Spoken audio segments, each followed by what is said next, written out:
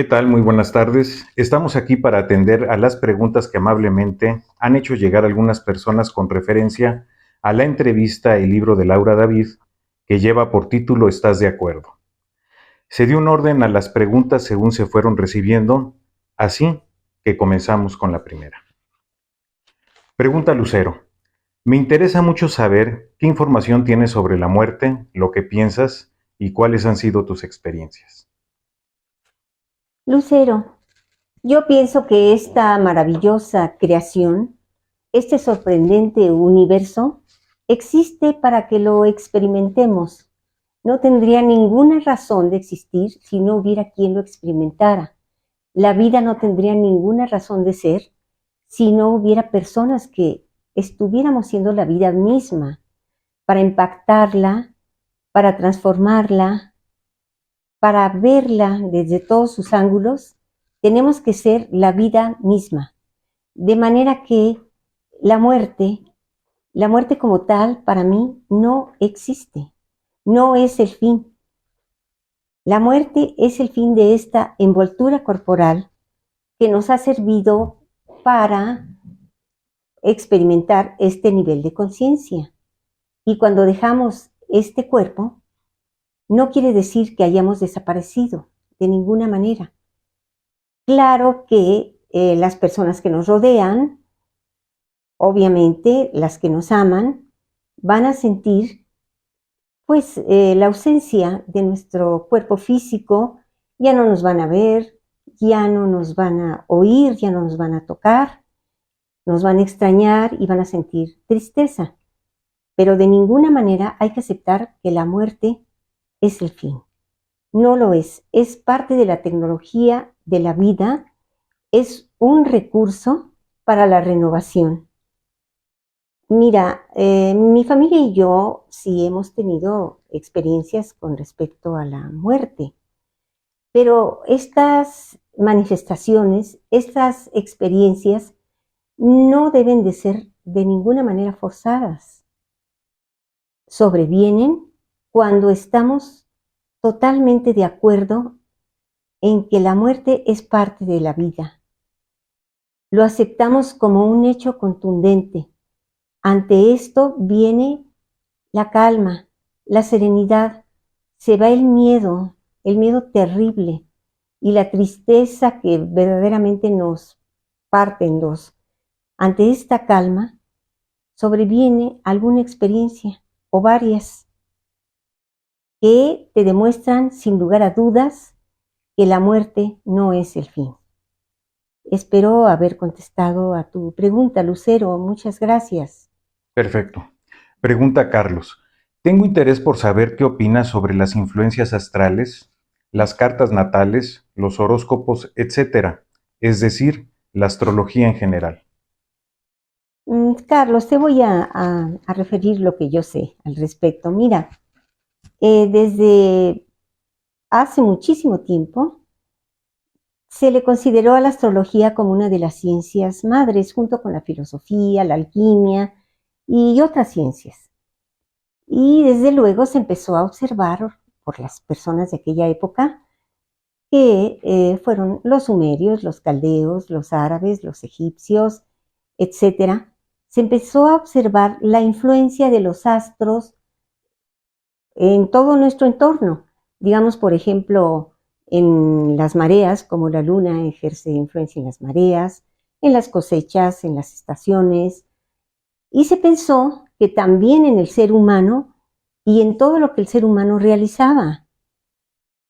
Por ejemplo, te voy a dar un ejemplo. Filipo, el padre de Alejandro Magno, él creía totalmente en las influencias astrales con respecto a los seres humanos y tenía un astrólogo real. Él no iba a la batalla si no consultaba primero con el astrólogo. Y lo mismo le ordenaba a su hijo Alejandro, que consultara con el astrólogo real para que le dijera pues cómo tenía que dirigir la batalla. Y así lo hacía, pero lo puso bajo la influencia de Aristóteles, el gran Aristóteles era el mentor de Alejandro, y Aristóteles empezó a influenciarlo, a decirle que no era Marte el que iba al campo de batalla a dirigir esta, sino que era él el que creaba en su mente las estrategias bélicas para el mejor desempeño del ejército y para los mejores resultados. Se dice que también le dijo que el irracional vive de acuerdo a las influencias astrales y de otras condicionantes, las que sean, ¿no? Influencias astrales, talismanes, lo que tú quieras, que condiciona, dicen las personas que creen en esto, que condiciona el resultado de sus actos, ¿no? Y eso decía Aristóteles, el irracional vive según las influencias astrales y otras condicionantes, pero el hombre despierto está muy por encima de ellas. ¿Qué dice Israel Regardie? No somos víctimas de nuestras circunstancias. Nuestras circunstancias son moldeadas por nosotros mismos. ¿Y qué dice Shakespeare? Más o menos a este respecto. El destino maneja las cartas, pero es usted el que las juega. Esto es algo breve, pero creo que en estas frases queda resumido pues lo que yo pienso sobre la astrología y sobre lo que tú me estás preguntando. Carlos, muchas gracias por tu pregunta. Muy bien, prosigamos. Pregunta María de Lourdes. Quiero entender qué fue lo que determinó que se realizaran tus deseos, lo que cuentas en tus anécdotas personales. ¿Cómo lo ves según tu experiencia y conocimientos actuales? María de Lourdes, mira, confianza total, absolutamente total, confianza en lo que yo estaba experimentando, lo que yo estaba haciendo, sin saber realmente con conciencia qué era lo que estaba haciendo. Pero no tenía otra alternativa. Lo único que quería era cambiar mi realidad. Y el único recurso que conocía era poner en mi mente algo totalmente opuesto a lo que yo estaba viviendo, a lo que, perdón, me estaba ocurriendo. Entonces,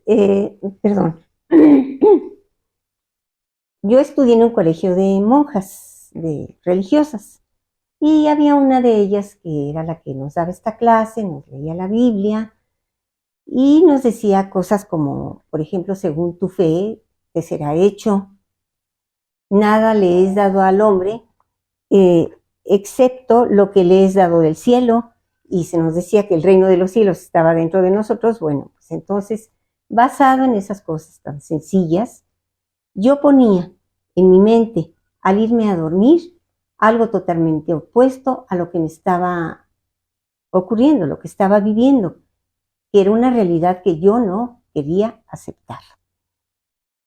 Y todas las noches hacía lo mismo.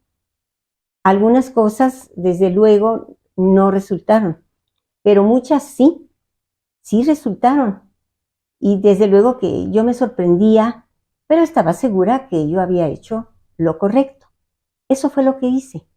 Absoluta confianza, absoluta fe, y poner en tu mente antes de irte a dormir cómo quieres que se realicen las cosas en lugar de cómo se están presentando. Muy bien.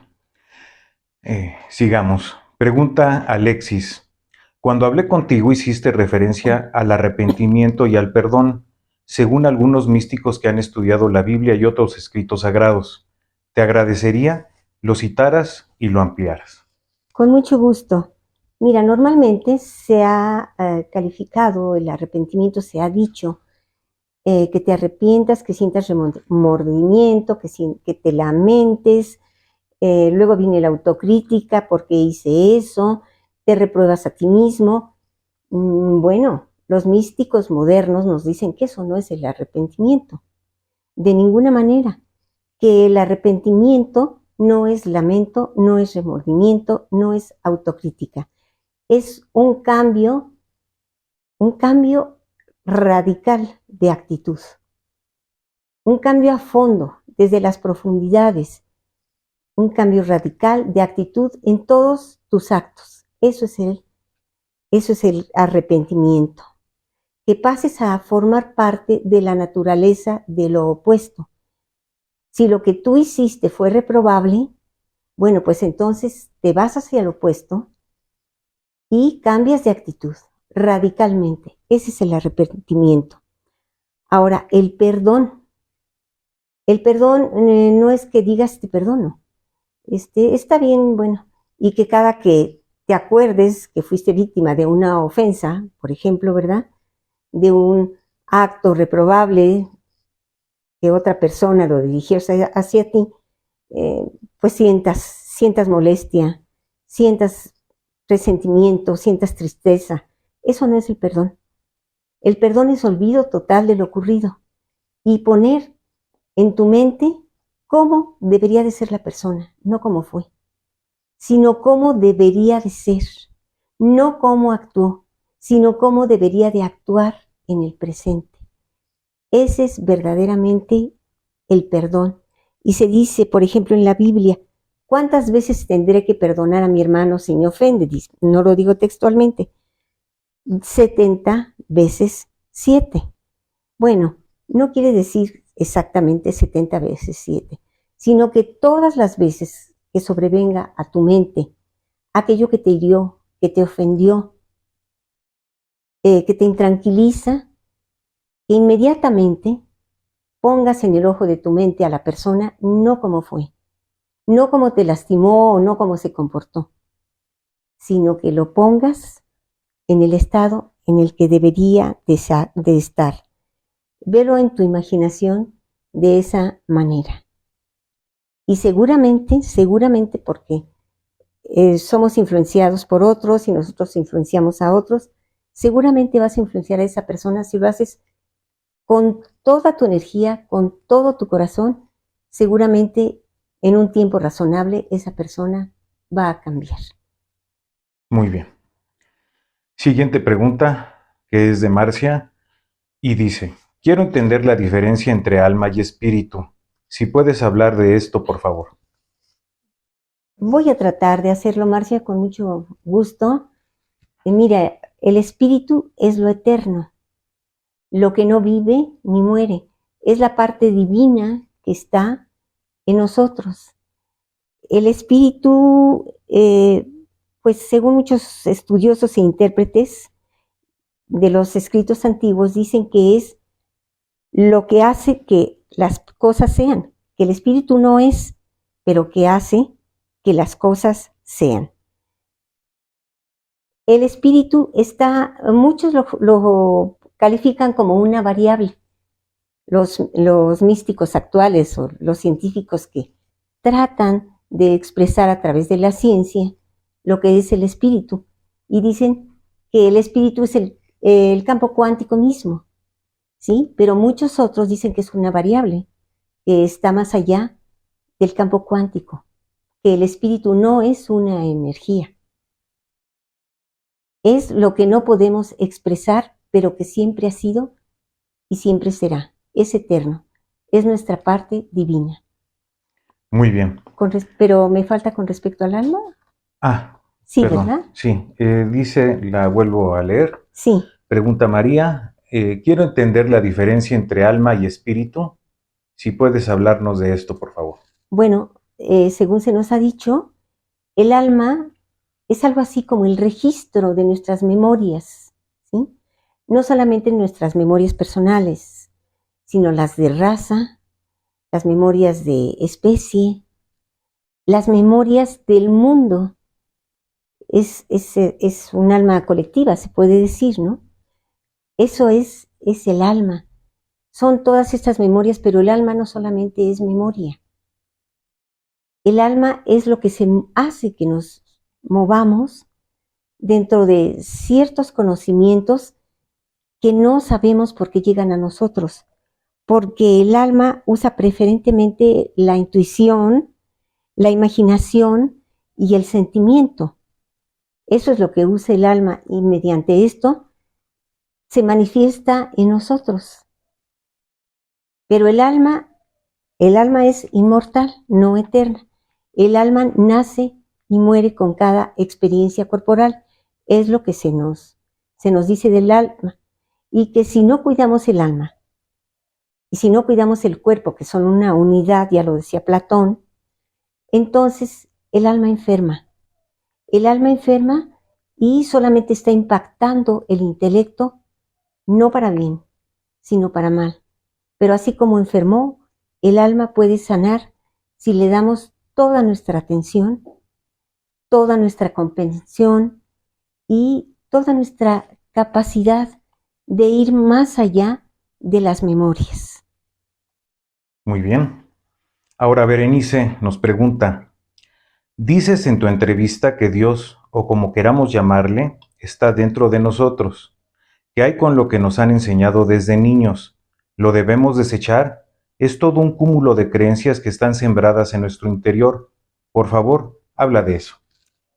Sí, como no, Berenice. Mira, ahorita se me viene a la memoria un capítulo del Deuteronomio, es el capítulo 4 y el versículo 28, donde se dice que el ser humano ha caído, ¿verdad?, en el error de adorar ídolos. Ha caído en el error de adorar todo aquello que no es el ser infinito, el ser supremo, y que lo representa por medio de imágenes, imágenes de madera, imágenes de metal, lo identifica con aves, lo identifica con fuerzas de la naturaleza. Eso dice más o menos el capítulo, no lo tengo textualmente en la mente, el capítulo 4, versículo 18 del Deuteronomio.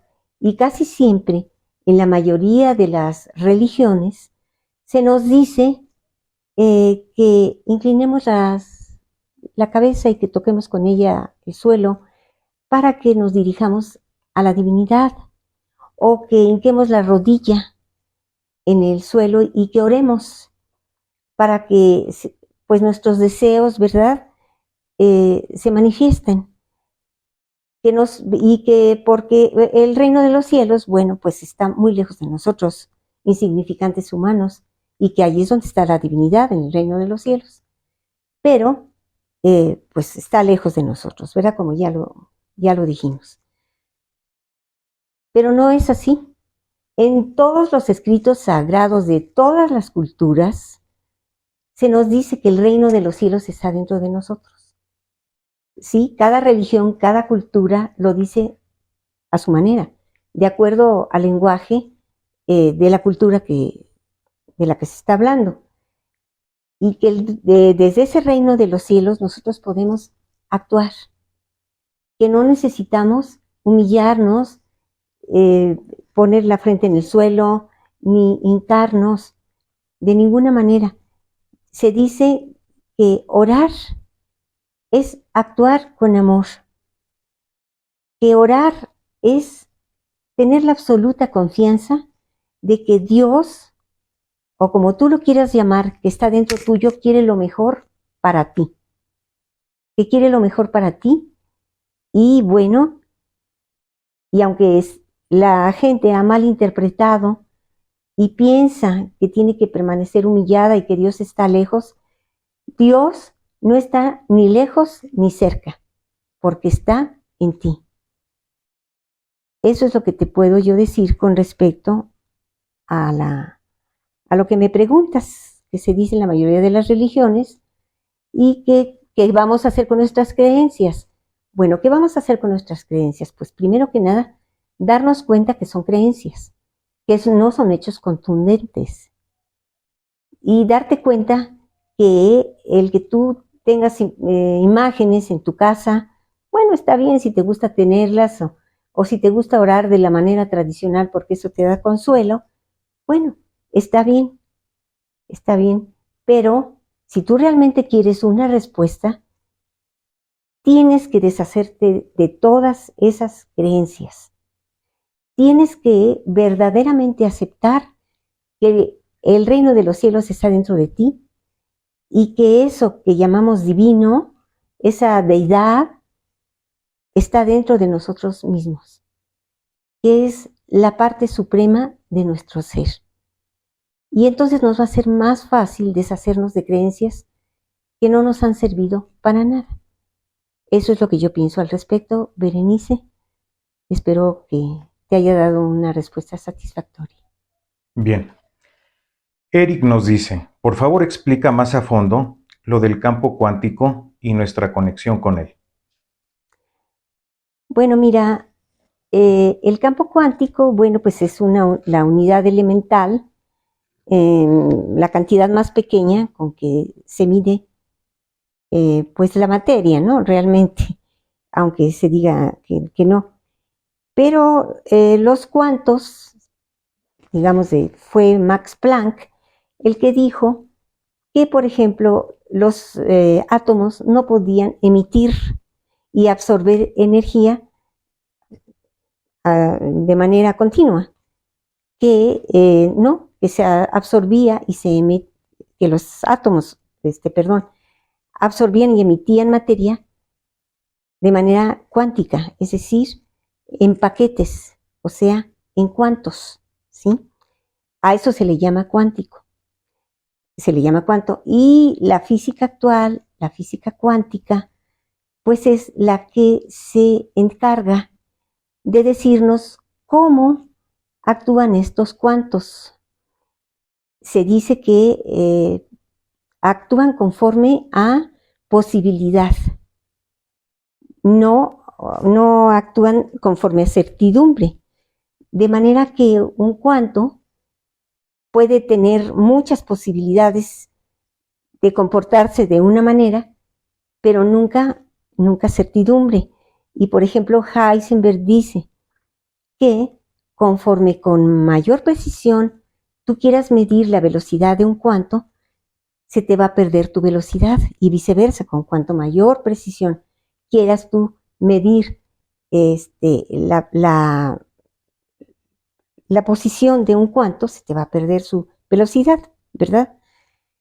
Bueno, eso es así de manera muy, muy lacónica lo que podría decirte que dice la ciencia, pero también dicen que el observador es lo observado, que tú puedes alterar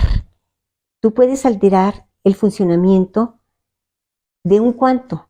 Tú con el solo hecho de observarlo puedes alterar el que esa partícula actúe de una manera determinada, de una manera definida, no determinada, pero tú eres el observador, y el observador va a influenciar a esa partícula para que sea de otra manera. Tú eres lo observado. Y entonces, eso en la ciencia, ¿no? De acuerdo a lo que yo, pues, trato de expresarles, de cómo veo yo las cosas con todo lo que, la información que me ha acercado, entiendo que tú puedes alterar tu realidad observando con muchísima atención todo lo que pones en tu mente, todo lo que tú haces. Tú puedes determinar tu realidad. Ya vimos que la ciencia te dice que es posible, que la mecánica cuántica se encarga precisamente de estudiar los cuantos. Bueno, pues si podemos alterar una partícula tan diminuta, pues podemos alterar nuestra realidad. Creo que eso es lo que te puedo decir. ¿Qué más te puedo decir de cómo actúan en nosotros? Bueno, más bien nosotros somos los que actuamos en el campo cuántico, habiéndote dicho lo que ya te dije, ¿verdad? Dicen los científicos actuales, como el doctor Dispensa, que la ciencia espiritual es el mismo campo cuántico.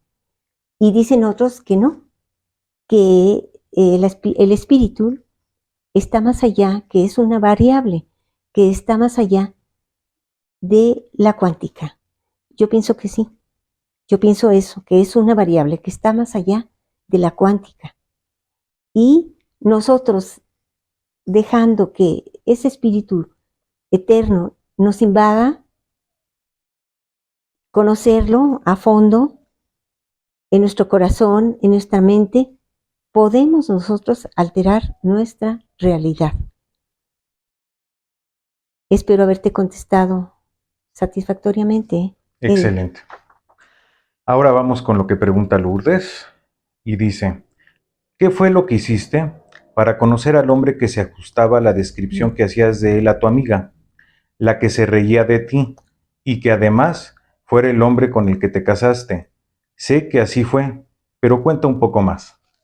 Sí, con mucho gusto, déjame acordarme. Bueno, yo pienso, y lo piensan muchos estudiosos, ¿verdad? Que todo depende del concepto que tengas de ti mismo. Si tú el concepto que tienes de ti mismo es el de una persona que no merece lo mejor, pues no vas a pensar en lo mejor. Yo siempre pensé, no me importaba si yo era guapa, no era guapa, si tenía elementos a mi favor o no los tenía, para casarme con el hombre que yo quisiera o para conocer al hombre que yo quisiera y posiblemente casarme con él, ¿no? O si me iba a casar, pues que tenía que ser con el hombre que yo quisiera. Siempre tuve un concepto de mí, pues que posiblemente no se ajustaba a la realidad, sino era un concepto ideal. Yo pensaba que yo tenía muchas cualidades para atraer a ese tipo de persona y desde luego, de acuerdo a ese concepto que yo tenía de mí misma, pensaba que la persona tenía que tener ciertas cualidades, ciertas características que yo esperaba que tuviera. Y mi amiga me preguntaba, si te casas, ¿con quién desearías casarte? ¿O cómo crees tú que debería de ser el hombre que tú deseas para que se case contigo? Bueno, si yo no me caso, no importa, pero si me caso, yo quiero que este hombre sea así y así y así, que sea inteligente, que sea un hombre bondadoso, que tenga una mente muy rápida, que sea bien parecido, bueno, por lo menos que a mí no me lo pareciera, ¿no? Que sea un hombre de estas características físicas, de estas intelectuales, de estas características espirituales, por llamarlas de alguna manera. Así quiero yo ese hombre. Mi amiga se reía mucho y me decía, mira nada más, ajá, soñar no cuesta nada, está bien. Bueno, pues yo conocí a ese hombre, que se ajustaba a todo lo que yo había puesto en mi mente siempre, que se ajustaba al concepto que yo tenía de mí misma. Te repito, es de acuerdo al concepto que tú tienes de ti misma. Si tú tienes el concepto de una persona nacida para perder, nacida para ser pobre, enferma, que los demás no te quieran, que no te acepten, bueno, pues eso vas a tener, ¿verdad? Pero si tú tienes un concepto totalmente diferente, ay, se dice, mira también en el libro de Job, sí creo que es el de Job, diga el hombre débil, soy fuerte. Ya lo veían desde esas épocas, fíjate. ¿Débil en qué? Pues débil físicamente, débil financieramente, débil intelectualmente, en lo que sea. No digas que eres débil en eso, di soy fuerte, fuerte, soy financieramente fuerte, soy una persona digna de tener lo mejor. En fin, di que eres fuerte en todo lo que tus sentidos te están diciendo que eres débil. Haz caso omiso a tus sentidos y pon en tu mente lo que quieres ser. Creo que te contesté más o menos a lo que me preguntaste. Perfecto. Ahora nos envía Elia Susana lo siguiente. Dice, en tu entrevista haces referencia a Amadita, una mujer que se veía mucho más joven de lo que era, hacía cosas de gente joven y tenía al parecer cierta sabiduría. ¿Cuántos años tenía? ¿Qué opinas de personas como ella? ¿Cómo llegan a ciertos conocimientos sin tener la más elemental escolaridad? Bueno, mira, Amadita, como yo lo dije en la entrevista, era una señora que vendía productos en el mercado donde yo hacía mis compras. Era una mujer de 82 años. Y esta mujer de 82 años le cambiaba la llanta a su auto si lo tenía que hacer. Cargaba cosas pesadas, caminaba con mucha ligereza, con mucha agilidad. Se veía muy bien, Se veía incluso más joven que su hija de 60 años. Se veía mucho más joven, eh, mejor figura, mejor aspecto físico. Y créeme, que platicaba, razonaba y decía cosas que a su hija seguramente nunca se le habían ocurrido. Amadita no tenía esa sabiduría que te dan los libros. No, ella tenía otro tipo de sabiduría, la que te da, yo pienso que la que te da observar sin juzgar, sin criticar, sino ver exactamente cómo son las cosas. Pero fíjate, Amadita tenía esas cualidades que tiene la gente como ella. Son alegres, optimistas, piensan que si esperan lo mejor, van a tener lo mejor. Y a las que íbamos a comprarle cosas a su puesto, a su establecimiento, nos preguntaba, ¿y ahora cómo te va la vida, hija?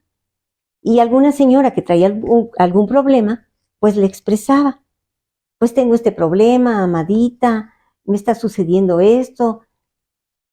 Y ella te daba el consejo adecuado, el mejor consejo, con su lenguaje limitado, sus palabras sencillas, te daba el mejor consejo. Y con una alegría y una convicción de que lo que te estaba diciendo, así era, y que así se iba a manifestar en tu vida si tú hacías lo correcto, lo que ella te estaba diciendo. Siempre estaba sonriente, siempre estaba optimista, siempre estaba contenta y dispuesta a ayudar a otras personas. Esa era Amadita, una mujer de 82 años que se veía como de 58, 60. Muy bien. Prosigamos. Ahora César es quien nos dice, una vez que platicamos, me hablaste de un bailarín de ballet ruso. Me pareció muy interesante, pero no lo recuerdo bien. ¿Podrías volver a Ajá, contarlo? sí. Ujú. Quiero que mi novia lo escuche. Sí, César, con muchísimo gusto. Mira, este bailarín, creo que realmente era polaco, pero bailaba en Rusia, pues se le consideraba como a muchos que hablan un lenguaje que en su época no es entendido, se le consideraba que estaba loco, como se llegó a considerar a William Blake o a Neville Goddard y algunos otros, que como hablan un lenguaje que no se entiende en ese momento, se dice que están locos. Y al pasar el tiempo y que hay los conocimientos necesarios para entender este lenguaje, se ve que no estaban tan locos. Este Nijinsky, una amiga me habló de él, yo lo escuché en un programa de radio que hablaba sobre artes en general y esa vez hablaron sobre danza. Y le platiqué a mi amiga, oye, escuché esto. Mi amiga era una apasionada verdaderamente de la danza y una admiradora de Nijinsky a través de lo que había leído. Creo que había leído parte de sus diarios y cosas así, ¿no? Bueno, pues se dice que este hombre, que era un bailarín prodigioso, que era amigo de un físico que lo iba a ver, que porque pegaba unos saltos así descomunales y que se quedaba como suspendido en el aire desafiando la gravedad. Y que bueno, eso causaba gran admiración, no sé si en muchos físicos o al menos en este que lo iba a ver, pero que él se sujetaba a unas prácticas verdaderamente extenuantes, fatigosas, que llegaba el momento en que ya el hombre ya no podía dar paso, que entonces se sentaba en un rincón, juntaba las manos en actitud de oración y decía una frase que en ese entonces estaba muy en boga. Decía, me sumerjo en el océano de la protomateria. Y ahí se quedaba por espacio de 15, 20 minutos. Se dice que cuando iba a salir a escena, este hombre volvía a hacer lo mismo. Juntaba las manos y decía, ahora estás a cargo. Dancemos juntos. Y volteaba hacia arriba y decía, mi padre y yo somos uno. Es algo que lo leemos en las escrituras. Y entonces, bueno, decían que estaba loco, que con quién hablaba, pues hablaba con él mismo, hablaba con su padre, con su ser supremo, con Dios, en fin, se estaba hablando a sí mismo y salía y tenía unas actuaciones verdaderamente magistrales y prodigiosas. Ese era Nijinsky, es lo que yo sé de él, pero me imagino que por ahí debe de haber pues mucha información más, ¿verdad? Bien, César, eso es todo lo que te puedo decir de Nijinsky, no he leído mucho. bien. Mónica nos hace llegar el siguiente comentario. Hablas de vivir desde el corazón y de una persona que tuvo remisión espontánea frente a una enfermedad terminal. Por favor, cita la fuente y explica esto más ampliamente. Sí, con muchísimo gusto, Mónica.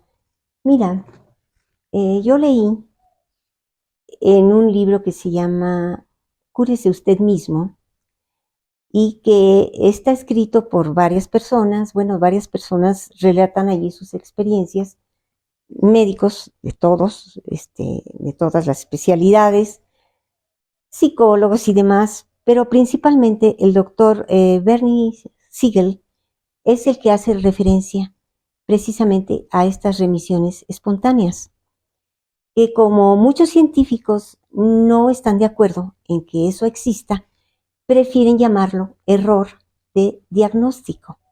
Cuando algo así se presenta y una persona está en fase terminal, de pronto empieza a cambiar sus emociones. ¿Por qué las cambia? Pues seguramente alguna persona o leyó algún libro o algún médico o alguna frase que lo impactó o algún artículo que dice si cambias tus emociones, vas a cambiar tus experiencias, vas a cambiar la forma en que te ves a ti mismo, ¿verdad? Entonces, muchos de estos pacientes fue lo que hicieron. Algunos fueron influenciados por el doctor Bernie Siegel, otros por otros médicos, pero realmente eso fue lo que se dice en este libro que ocurrió, que estos pacientes empezaron a vivir pues desde el corazón. ¿Qué es esto? Pues que empezaron a quitar de su corazón, digo, de su vida, todo el resentimiento, toda la ira, toda la cólera que traían, toda esa tristeza que los embargaba porque no se habían sentido amados o porque habían hecho cosas que reprobaban en sí mismos. Entonces empezaban a cambiar esos sentimientos y al cambiar ellos empezaban a tener otro tipo de experiencias. Y al tener ese tipo de experiencias empezaban a impactar su realidad de manera tal que esa enfermedad que los estaba consumiendo empezaba a tener remisión espontánea, ¿no? Empezaba a desaparecer. Incluso le preguntan, no me acuerdo si era paciente hombre o mujer, que había estado en una situación así y que de repente se ve que esta persona empieza a sanar, le dice, ¿qué fue lo que hiciste? Dice, empecé a vivir desde el corazón. Empecé a vivir cambiando mis experiencias de otra manera.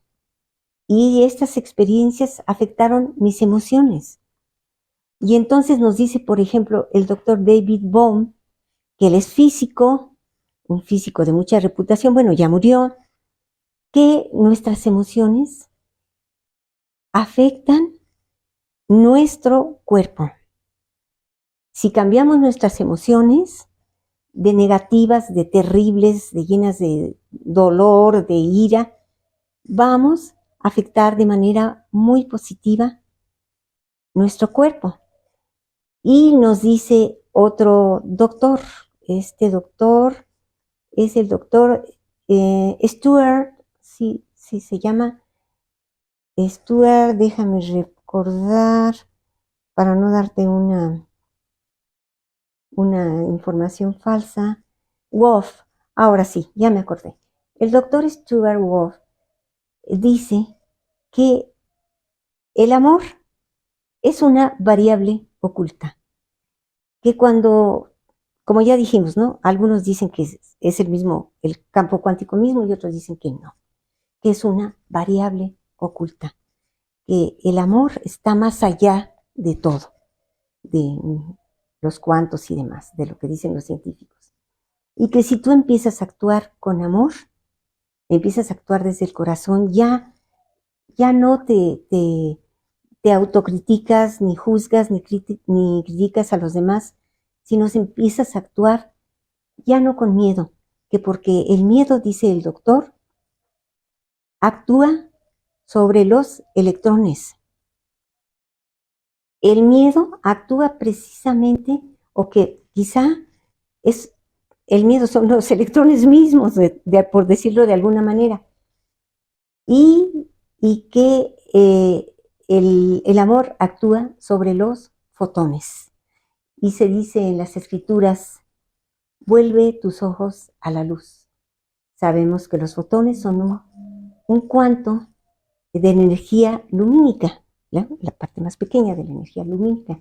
Bueno, ya lo decían los antiguos en su lenguaje, vuelve tus ojos a la luz. Y ahora dice el doctor, este doctor que acabo de mencionar, el doctor Wolf, dice eso precisamente. El amor afecta a los fotones de una manera muy positiva. Entonces es cuando recibes luz, recibes esa iluminación que te está haciendo falta. Espero haberte contestado, Mónica. Excelente. Nos ha hecho llegar Gustavo lo siguiente. Estoy iniciando la carrera de física. Te agradecería hablaras más sobre las variables ocultas y que citaras la fuente. Hablas de que el doctor Dispensa expresa que la ciencia actual es el lenguaje moderno del misticismo. Eso me interesa mucho. ¿Puedes dar ejemplos? Bueno, mira, hasta donde yo he leído, y quiero hacer la aclaración de que yo no tengo formación científica, sino que me atraigo información de aquí y de allá, de revistas de divulgación científica, de algunos libros, de algunos artículos, y los pongo todo esto en un lenguaje lo más accesible posible para todo el mundo, porque los temas que yo trato obviamente no son de ciencia, son otro tipo de cosas las que yo abordo. Y entonces pues trato de explicar lo que yo he entendido de la ciencia desde un lenguaje accesible. Y bueno, pues lo que te puedo decir es lo que tú ya sabes, estás iniciando la carrera de física, entonces ya sabes tú que las variables ocultas no son parámetros accesibles experimentalmente, no se pueden medir. Hubo un tiempo en que se juzgó que esto solamente entraba dentro del terreno filosófico, ¿sí? Que las variables ocultas, pues, no, como no son medibles por la mecánica cuántica, ¿verdad? Pues son inexistentes. Pero el doctor Dispensa dice que no, que sí existen las variables ocultas y el hecho de que, pues, de que no sea un parámetro accesible experimentalmente, no puede decirse que no existan. Lo que sucede es que no contamos aún con la tecnología adecuada, pues para estudiar más a fondo el comportamiento de las variables ocultas, pero que las variables ocultas realmente existen. Y te puedo citar un libro, ¿verdad? Una fuente, pues una fuente que verdaderamente pues tiene mucha vigencia, aunque el doctor Bohm ya murió, es su libro La totalidad y el orden implicado. En este libro él habla de las variables ocultas. Hace todo un estudio, todo un análisis Desde luego, él lo hace desde el punto de vista de la física y desde luego de la física clásica y de la física cuántica. De la física clásica que se encarga de lo macro, de, digamos, de las cosas, los planetas, y de la física cuántica que se encarga del mundo microscópico, de lo muy pequeño. Si tú vas a esa fuente, vas a entender mucho mejor de lo que yo te estoy explicando todo esto de las variables ocultas.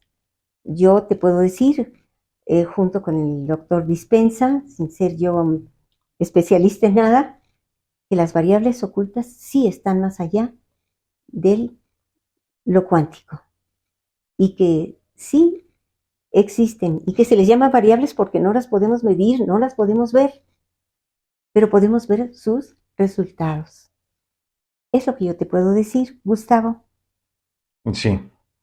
Ahora Adalberto, que dice que es compañero y amigo de Gustavo, nos comenta.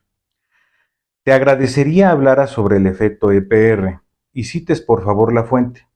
Habla por consiguiente de lo que se sabe en la actualidad de esta paradoja. Bueno, mira, Einstein, Russell y Podolsky, según lo que yo he leído, fueron los que hablaron del entrelazamiento cuántico.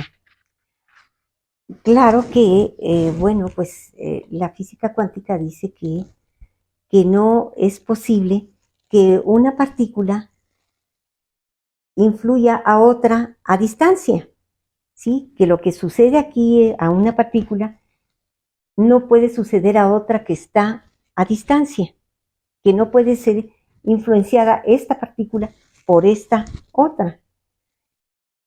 Pero Einstein, por ejemplo, observó lo que llamó acción fantasmal a distancia, en referencia al comportamiento observado en las partículas, ¿sí?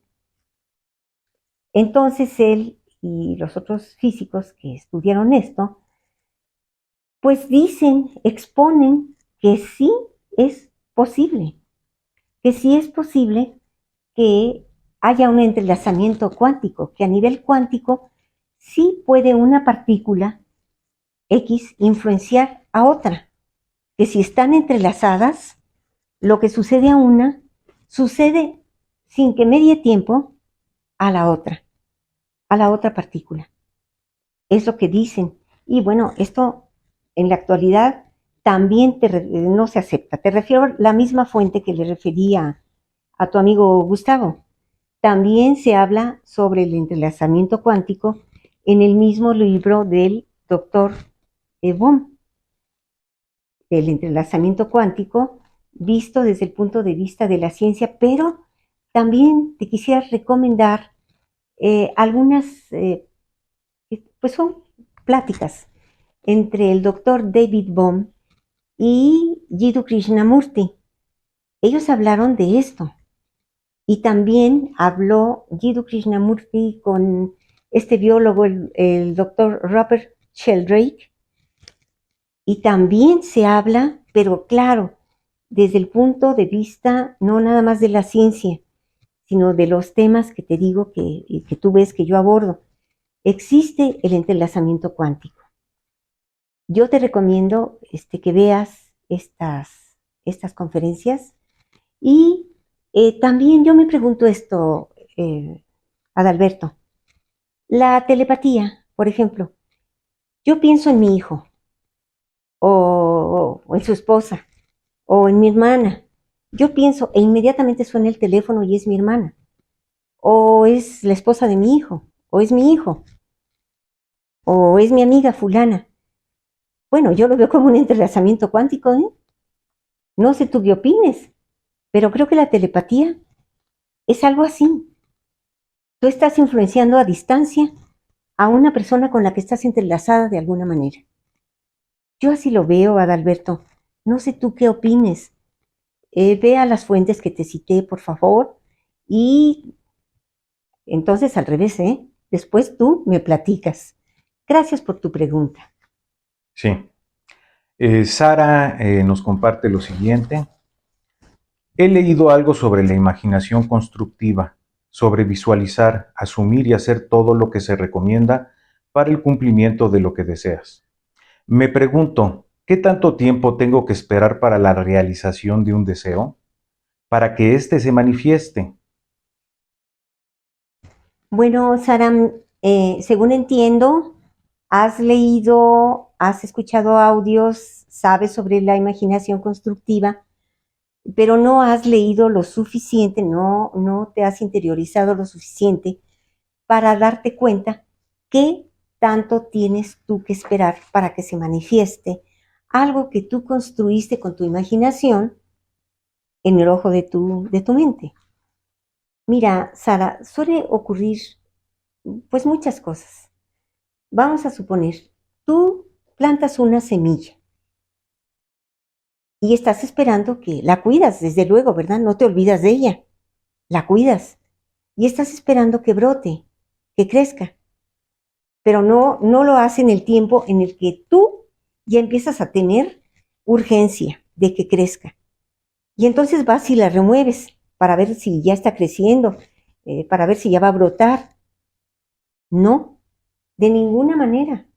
Tienes que esperar el tiempo necesario para que eso que tú pusiste en tu mente brote, para que eso se manifieste. Porque si tú empiezas con urgencias y pues a tratar de forzar las cosas, vas a autosabotear esta situación. Ya no vas a dejar que la semilla crezca como debe crecer, a su tiempo, ¿sí? Y como debe hacerlo, sino que estás forzando por urgencia, por ansiedad, una situación que debió de haber tomado un tiempo determinado. Ahora bien, hay otra cosa que te quiero decir con respecto a la imaginación constructiva, Sara. Lea a fondo, interiorízate, porque no es nada más de que tú pongas en tu imaginación lo que tú quieras. No, claro que puedes poner lo que tú quieras, pero bueno, te tienes que responsabilizar de los resultados. Yo te aconsejo que en tu imaginación constructiva solamente pongas cosas buenas, cosas nobles, coherentes con lo que es correcto, con el beneficio mutuo y desde luego que no sean perjudiciales para ti, pero tampoco para los demás. En resumen, no sabotees con tu necesidad de que las cosas se manifiesten rápidamente lo que has sembrado en tu mente. Y ten mucho cuidado con lo que pones en el ojo de tu mente, con tu imaginación constructiva. Es lo que te puedo decir al respecto, Sara. Excelente. Alan tiene la siguiente inquietud. Nos dice, quisiera que me dijeras tu apreciación de la película que acaba de ganar varios Óscares, que lleva por título Todo en todas partes y al mismo tiempo. Y si pudieras abordar el tema de los multiuniversos que aparecen en varias de las películas de Marvel. Me has dicho que te interesa como a mí hacia dónde va todo esto. Ante todo, me interesan mis alumnos y los jóvenes en general.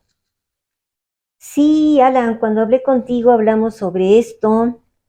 Sí, ya vi la película. Yo había visto otras películas como Doctor Strange, creo que vi la uno y la 2. No estoy segura, pero creo que sí. Vi otra del Hombre Araña donde creo que se unen varios superhéroes o algo así vi. Y vi esta película, ya la vi, es muy reciente. Se dice que ganó varios Óscares y quién sabe qué se dice de esta película. Bueno, mira, yo te voy a expresar mi opinión, es muy personal.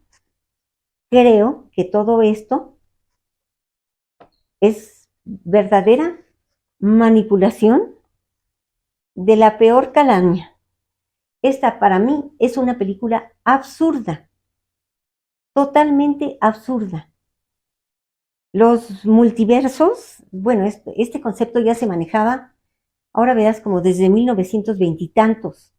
Ya el doctor William James, que ha sido uno de los grandes educadores de los Estados Unidos, psicólogo y filósofo, escritor de libros excelentes, ya hablaba de los universos paralelos, pero desde luego no se refería de una manera tan burda como esta película y como otras películas que se llaman, ¿qué? Películas Marvel, algo así.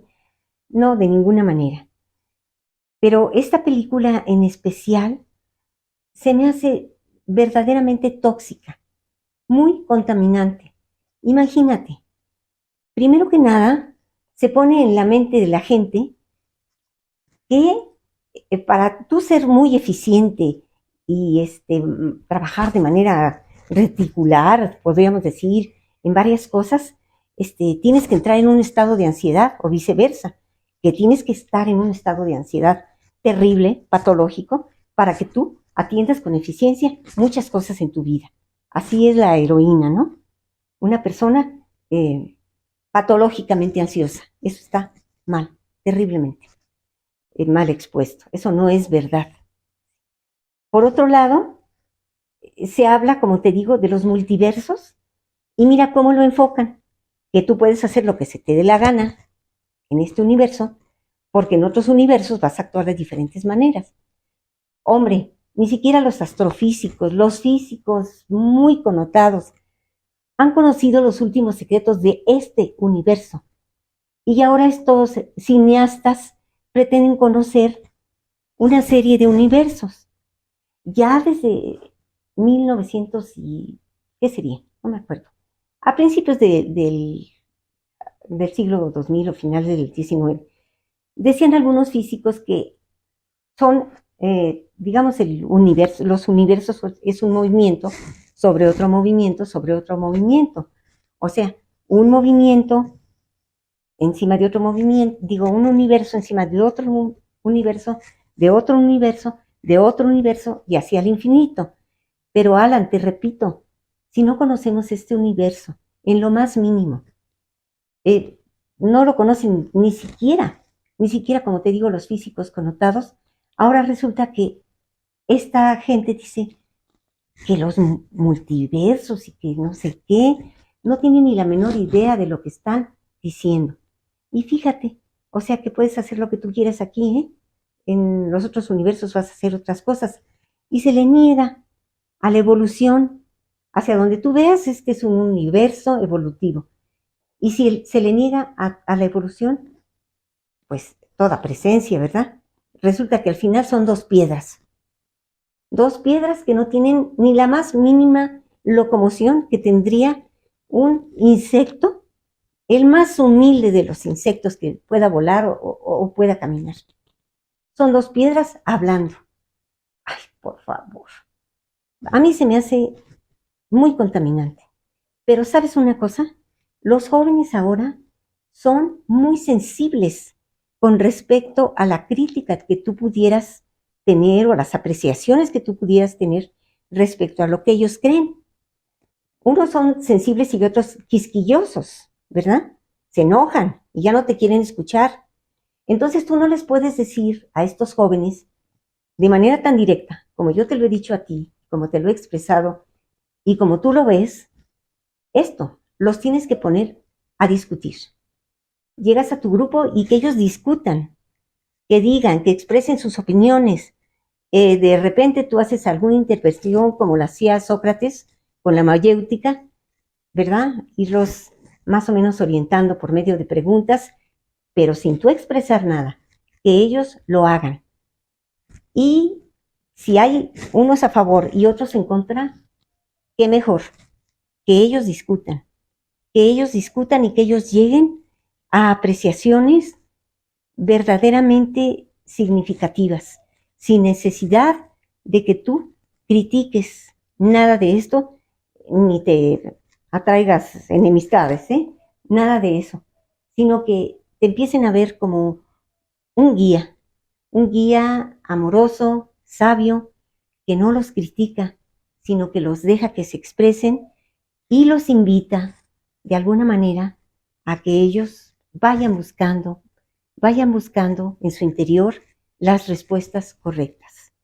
Alan, eso es lo que yo te puedo decir al respecto. Claro. Vamos con nuestra última pregunta que nos envió Alejandro y dice así. Cuando hablé contigo, te expresé cómo me veo a mí mismo, cómo me siento y lo que ha ocurrido en mi vida. Quisiera cambiar todo lo que no me deja avanzar. No había entendido ni aceptado lo que me dijiste. Te agradecería me hablaras más detalladamente. Sí, Alejandro, con mucho gusto. Mira, tú me das todo el cuadro de tu personalidad, lo que ha ocurrido en tu vida, por qué crees tú que ha ocurrido. En fin, yo te agradezco esta confianza, ¿eh? Te la agradezco muchísimo. Pero pues este no es el medio para que yo te conteste, ni contamos con el tiempo para que yo lo haga. Pero sí te puedo recomendar que veas una película que se ajusta mucho a tu realidad. Es una excelente película que está en Netflix. Se llama Pedro el Afortunado. Créeme que cuando tú me hablaste de ti, de todo lo que te ha ocurrido, de todo lo que ha pasado, yo inmediatamente me acordé de esa película y pensé que era la película ideal para ti. Es una excelente película, te va a gustar, está muy bien hecha, muy bien actuada, muy bien dirigida y te va a dar muchos mensajes. También te puedo, pues, decir que, bueno, te puedo recomendar un audio de Neville Goddard que se llama Nadie a quien cambiar sino a uno mismo. Es un excelente audio, también te va a servir muchísimo. Me dices que estás sinceramente dispuesto a cambiar todo lo que ha obstaculizado tu crecimiento como ser humano, como profesionista, como parte de una familia, que estás muy dispuesto a cambiar todo esto, pero que también te topas con muchas cosas que han ocurrido en tu vida y que tú quisieras saber por qué ocurrieron. Y que si tú eres de esos seres que le llegan cosas que no le llegan a los demás, no de ninguna manera. Te voy a leer algo que no me lleva arriba de 3 minutos leerte, que te va a gustar mucho. Bueno, lo leo para todas las personas que tengan interés en cambiar realmente. Dice, es del libro Poder y es de Neville Goddard, del que te acabo de recomendar el audio. Dice, una noche, muchos años atrás, me encontré de repente con dos seres. Yo soy el que los está percibiendo, así que éramos tres, pero yo soy el que percibe. Aquí por arriba mío estaba parada la mujer más hermosa que se puedan imaginar. Un ángel de belleza y de todo. Ella era amorosa y debajo mío estaba la cosa más monstruosa que el hombre podría concebir. Cubierto de pelos como un simio, pero podía hablar. Hablaba con voz ronca. Lo miré y me miró. Y señaló a este ser hermoso y angelical y la llamaba a esta mujer madre. Bueno, yo estaba tan perturbado con esta cosa monstruosa que la golpeé. ¿Y qué crees? Se regodeó. Le encantaba la violencia. Se alimentaba de violencia. Cada vez que yo era violento, se hacía más y más fuerte. Y ese hermoso y brillante ser, a este lo llamaba madre. Y de repente, mientras yo golpeaba a esta cosa, me di cuenta, pero si esto es la encarnación de toda mi energía mal usada, mientras que la otra es la encarnación y personificación de cada pensamiento noble que he entretenido. Miré a esta cosa, no tenía a nadie con quien maldecir. Sentí una compasión que nunca había conocido. Miré a esta cosa monstruosa y me di cuenta de que es tan solo el resultado de mi propia energía mal usada. Nunca debería haber nacido y me dije a mí mismo, te redimiré aun si me lleva toda la eternidad. Y me prometí a mí mismo redimirla. ¿Y sabes lo que sucedió? En ese mismo momento, ante mis ojos, la cosa entera se marchitó. La cosa monstruosa, la encarnación del poder, esa cosa horrible, se hizo cada vez más pequeña, y más pequeña, y más pequeña, y no dejó ni rastro de haber estado presente. Pero a medida que se hacía más y más y más pequeña y desapareció, la energía volvió hacia mí. Sentí poder infinito. Sentí como si pudiera haber hecho cualquier cosa para que el poder volviera a mí. No fue desperdiciado, fue mal usado, pero no desperdiciado. Y se dice en las Escrituras, en el libro de Isaías 11, versículo 9, nada se pierde en mi montaña sagrada. Y dicen los científicos desde siempre, la energía no se crea ni se destruye, solo se transforma. Espero que te haya gustado la lectura y lo que te contesté, Alejandro. Bueno, pues creo Extraordinario. que Pues hasta aquí llegué. claro, pues aquí acaba nuestra sesión de preguntas y respuestas. Agradecer a todos los que nos han hecho llegar sus interrogantes, a quienes nos están escuchando, nos van a escuchar posteriormente. Y obviamente darle las gracias a Laura David por su valioso tiempo y sus muy, muy sorprendentes apreciaciones e interesantes. Muchas gracias, Laura. Que tengan todos una excelente tarde. Estamos en contacto y hasta luego. Bueno, yo quiero agradecer verdaderamente con muchas ganas a la persona que nos prestó el apoyo técnico, que es la esposa de mi hijo, Rosana, y a mi hijo que me hizo favor de leer las preguntas para que yo pudiera contestarlas, pero principalmente a todos ustedes que se tomaron el tiempo de hacerme las preguntas para que yo las contestara. Muchísimas gracias a todos. Buenas tardes.